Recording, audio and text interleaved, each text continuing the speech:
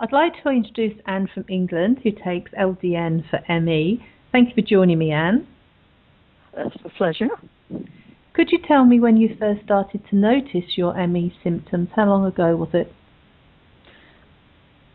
That was as a child, actually, age 3 or 4. Really? Yes, and I'm now 78, so I've had it all those years. Goodness me. Did they recognise it back then? No, they didn't. It's hereditary. In my case, it's hereditary. My grandfather had it, my Scottish grandfather. Got it in later life, and he was ill, more or less, until the end of his days. He could only get up. He was in bed until 11 in the morning, got his dressing gown on, came down, had his porridge, back upstairs, sleep, back up, or back down for lunch, dressed, and then he sat in the chair for a couple of hours, back up for sleeps, and then he came down in the evening for his evening meal, and he was sitting in the chair then till 11 or 12. And that was his life. And what did they call it back then? They didn't know. They thought it was psychological because he couldn't speak to people very much. The brain is very bad, his was, and he could only speak to, he didn't join the relatives when they came up. He was just a recluse. And my mother had it as well, but it was triggered with her when she had her children, myself and my brother, and that she could never get up in the morning, used to stay in bed till 11, much to the criticism of the family, not us, but my father and other people. And she was always limited in energy, but she carried on and nursed me with TB and my brother with pneumonia. And that she was, it's amazing she could do that. But no, no, she was just tired and had no energy. Of course, there was nothing done. Nothing. Yeah. And did your mother or your grandfather have the other symptoms that people often have with ME? I couldn't say. Well, I think I've mentioned my grandfather. It's the brain, which is very, very bad, and he just couldn't socialize. So that was bad enough. And the exhaustion meant that he slept most of the day, which I've just related to you. I think my grandmother did all the accounts and things like that. I'm sure she did that. He could read. He read his newspaper.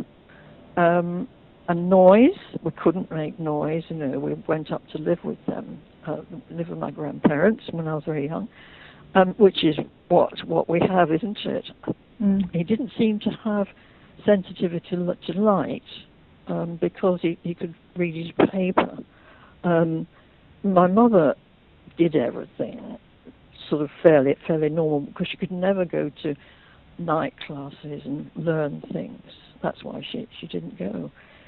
So she actually was very wise and knew she had no energy, and she adapted to that condition in her doing. She always did the housework. She had somebody in to help her with that, but she always sat down in the afternoon, and she felt tired the whole time.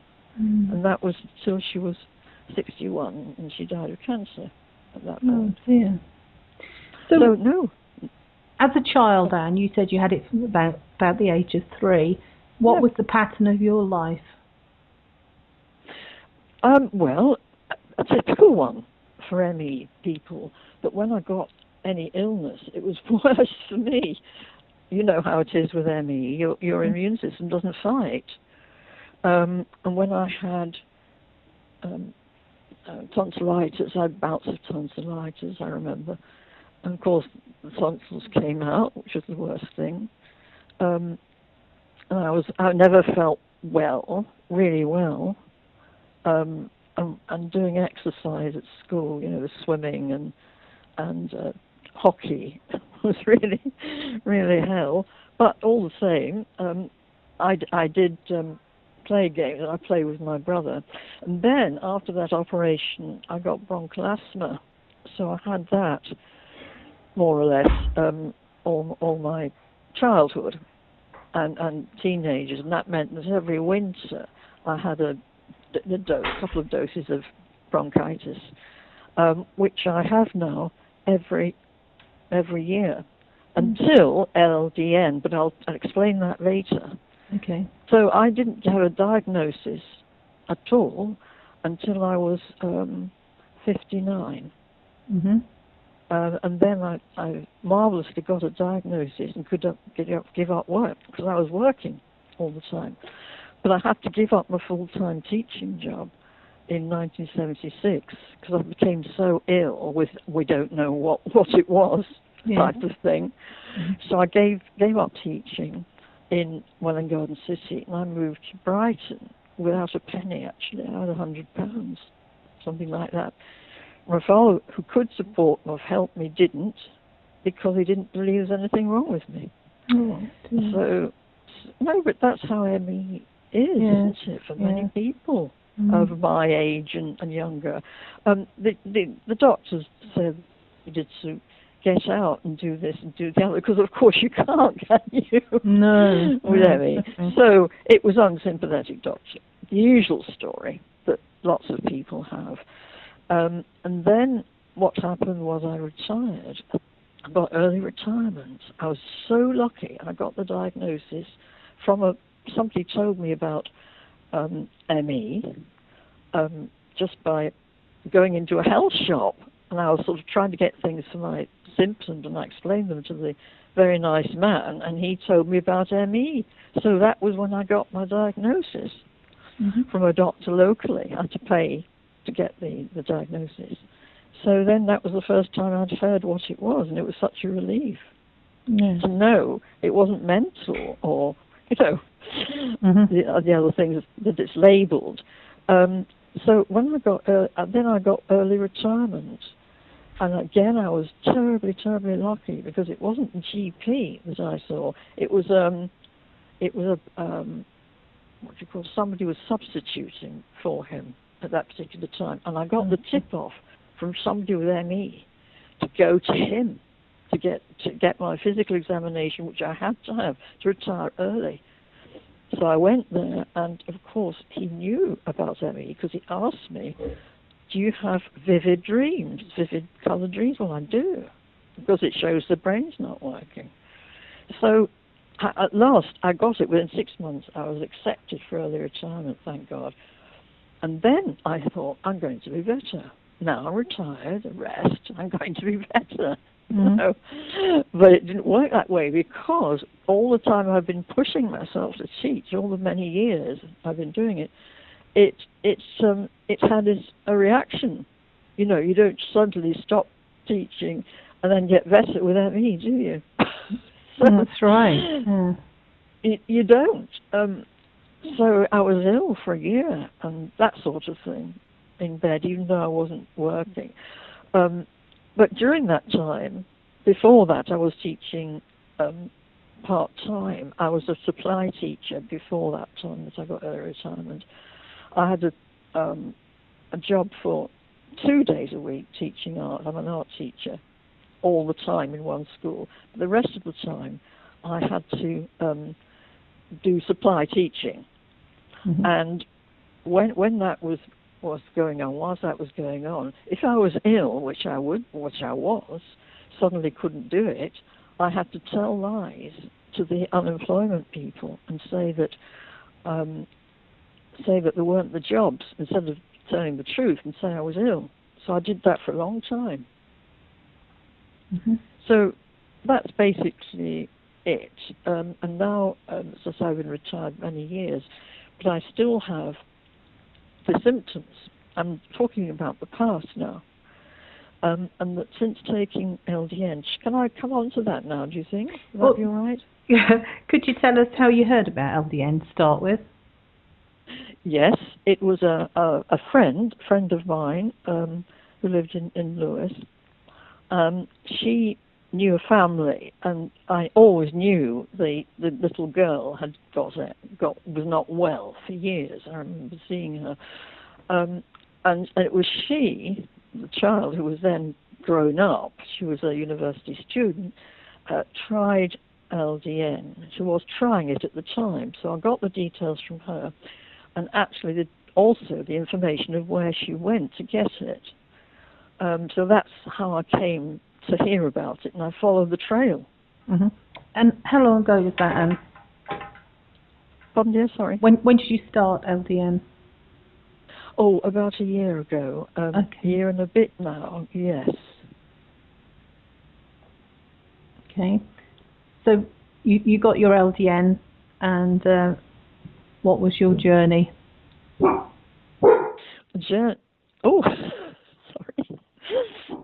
The journey was a very great. Well, I saw this doctor at Burswood Christian Hospital. It is, and it's way away from here. It's very near Tunbridge Wells, a place called Grumbridge. And I went with this daughter who was taking it, the one that was taking was ill with ME and taking LDN, and her mother, and I went with them to see this doctor, who was very, very charming, and he gave me instructions how to do it very, very gradually. So then I went away and started doing it very slowly, and I didn't see anything happening in the beginning, but then suddenly I realized, I've been taking it last winter, that I never had an attack of bronchitis where I had to go to bed. I had to go to bed for weeks. And it stopped. I had the chest symptoms, but they didn't materialize into such a severity that I had to stay in bed. So that was the first thing that I noticed about this drug. Also, that I could plan a little more than I was used to doing. I've never been on holidays for ages. I used to go up to Scotland, but I still can't or couldn't do that, take journeys. Still the same sort of life. But the brain wasn't as bad. My brain symptoms were always severe.